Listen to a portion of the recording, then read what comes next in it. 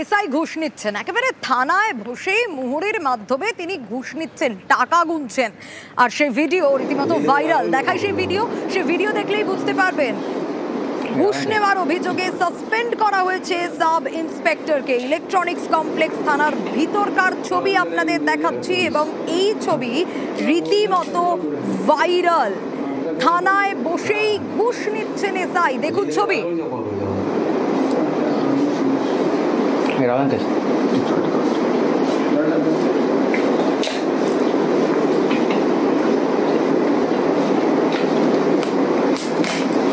এটা অফিসার?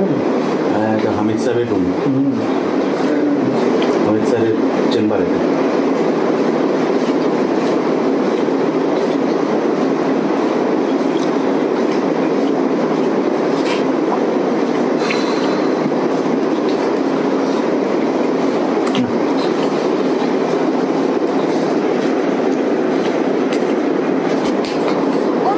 আমার সঙ্গে আরো বিস্তারিত জানাতে পারবে অনুপ। এই ভিডিও তো ইতিমধ্যেই ভাইরাল। বিধাননগর কমিশনারেটের তরফ থেকে কি ব্যবস্থা নেওয়া হলো এবং এই এসআই এর বিরুদ্ধে ঠিক কি অভিযোগ রয়েছে?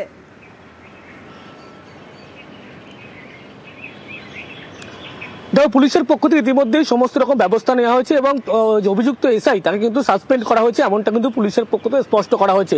2022 সালে একটি প্রতারণা মামলা, সেই মামলায় কিন্তু একজন অভিযোগকারী ছিল। পরবর্তী ক্ষেত্রে তার যখন খোঁজ না পায় এবং পরবর্তীতে একজনের মাধ্যমে জানতে পারা যায় লোন করিয়ে দেওয়া হচ্ছিল, তার বদলে তিনি পার্সেন্টেজ পেত এবং পুলিশের পক্ষ থেকে সেই ব্যক্তির সঙ্গে যোগাযোগ করা হয়। প্রথমে 41 নোটিশ করা হয়, 61 নোটিশের পরে কিন্তু 164 করা হয়। এরই পরবর্তী ক্ষেত্রে একেবারে সেই ব্যক্তিকে একেবারে থানায় তলব করা হয়, তাকে গ্রেপ্তারের হুঁশিয়ারি দেওয়া হয় এবং বলা হচ্ছে তিনি যে অভিযোগ করছেন অভিযোগপত্রে স্পষ্ট উল্লেখ, তাকে হুমকি দেওয়া হচ্ছে, 15 লক্ষ টাকা চাওয়া হয়েছিল। শেষমেশ যখন 1.5 লক্ষ টাকা প্রথম ধাপে দেয় এবং সেখানেই কিন্তু দেখা যায় যে একজন মুহুরী রঞ্জিত দাস, তার মাধ্যমে কিন্তু ইলেকট্রনিক্স কমপ্লেক্স থানা ডিউটি অফিসার, যেখানে লেখা আছে অফিসার রুমের মধ্যে এই টাকা নিচ্ছে, সেই ভিডিও কিন্তু একেবারে রীতিমতো ভাইরাল সোশ্যাল মিডিয়াতে প্রত্যেকটি জায়গায়। এর পরবর্তী ক্ষেত্রে পুলিশের পক্ষ থেকে সিট গঠন করা হয় এবং সিট গঠন করার পরে কিন্তু সেই অভিযুক্ত এসআইকে ডাকা হয়, জিজ্ঞাসাবাদ তার থেকে বয়ান নেওয়া হয়। সেখানে বয়ান নেওয়ার পরবর্তী ক্ষেত্রে কি ঘটনা ঘটেছিল, আইসির কি ভূমিকা ছিল, গোটা বিষয় কিন্তু একেবারে স্পষ্টভাবে বয়ান আকারে তিনি দিয়েছিলেন। এরপরেই বিধাননগর কমিশনের পক্ষ থেকে কড়া ব্যবস্থা নেওয়া হয়, অফিসারকে সাসপেন্ড করা হয় এবং তার বিরুদ্ধে বিভাগীয় তদন্তের ব্যবস্থা করা হয়েছে। পুলিশের যাতে ভাবমূর্তি নষ্ট না হয় সেই কারণেই কিন্তু এই সিট গঠন করা হয়েছিল এবং গোটাই প্রক্রিয়া জানার পরবর্তীতেই কিন্তু তাকে সাসপেন্ড করা হয়েছে। যদিও পুলিশের পক্ষ থেকে এই মুহূর্তে গোটা বিষয়টা খতিয়ে দেখা হচ্ছে, এমনটাই স্পষ্ট করা হচ্ছে। বেশ অনুপ, আরো একবার দেখাই সেই ভিডিও। একেবারে টাকা গুনছেন এসআই, থানায় বসেই নিচ্ছেন ঘুষ মুহুরির মাধ্যমে। আর সেই ছবি রীতিমতো ভাইরাল। আর ব্যবস্থা তো নেওয়া হয়েছে, এখনো পর্যন্ত সাসপেন্ড করা হয়েছে এবং 2022-এর যে প্রতারণা মামলা তাতে আইও ছিলেন ইনি এবং তদন্তকারী অফিসার হওয়ার সুযোগেই একেবারে ঘুষের পর ঘুষ নেওয়ার অভিযোগ এই এসআই এর বিরুদ্ধে। আর এবার ভাইরাল ভিডিও।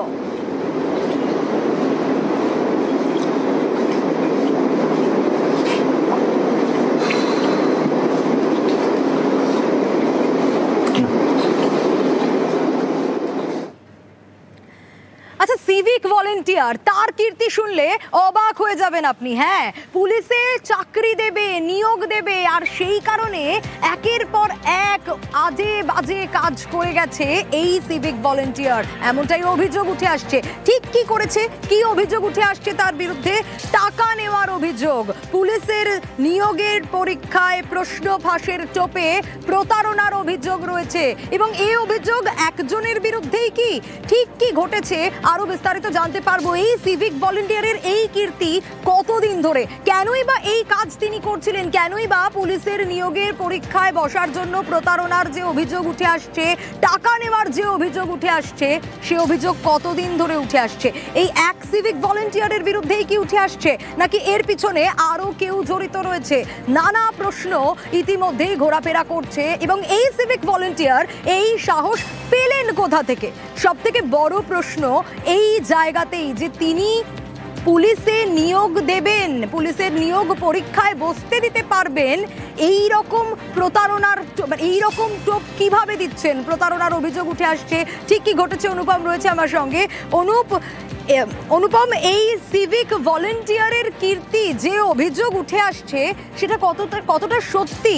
এই সিভিক ভলেন্টিয়ার একাই কি জড়িত? এই সাহস কিভাবে এলো তার কাছে?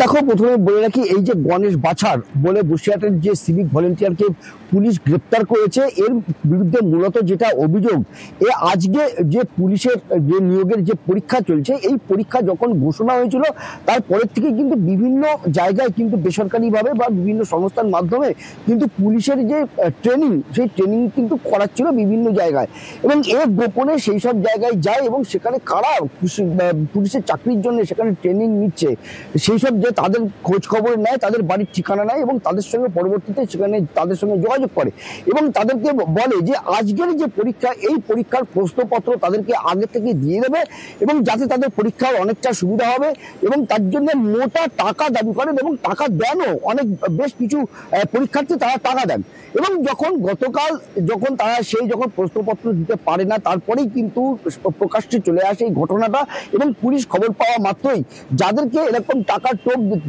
যারা টাকা দিয়ে প্রশ্নপত্র চেয়েছিল, তাদেরকে 2-3 জনকে জিজ্ঞাসাবাদের জন্য থানায় নিয়ে আসে এবং তাদেরকে জিজ্ঞাসাবাদ করার পরে এই গণেশ বাছারকে গ্রেপ্তার করে। এবং পুলিশ কিন্তু তদন্ত করে শুরু করেছে ইতিমধ্যে যে এই যে গণেশ বাছার, এই গণেশ বাছারের মূলত যেটা উদ্দেশ্য ছিল যে যেহেতু প্রশ্নপত্র থানায় আসে ট্রাঙ্কের মধ্যে, সেই থানা থেকেই সেই প্রশ্নপত্র ছবি তুলে বা যে কোনো কারণে যে কোনো ভাবে সেই প্রশ্নপত্র সেখান থেকে কপি করে এইসব পরীক্ষার্থীদেরকে দেবে এবং টাকার বিনিময়ে দেবে, এমনটাই কিন্তু তার উদ্দেশ্য ছিল। কিন্তু সেই উদ্দেশ্য সে সফল করতে পারেনি এবং যার কারণেই কিন্তু এই যাদের কাছ থেকে টাকা নিয়েছিল তাদেরকে প্রশ্নপত্র দিতে পারেনি, যার কারণেই কিন্তু বেশ, এবং তাতেই ধরা পড়ে যায়। বেশ।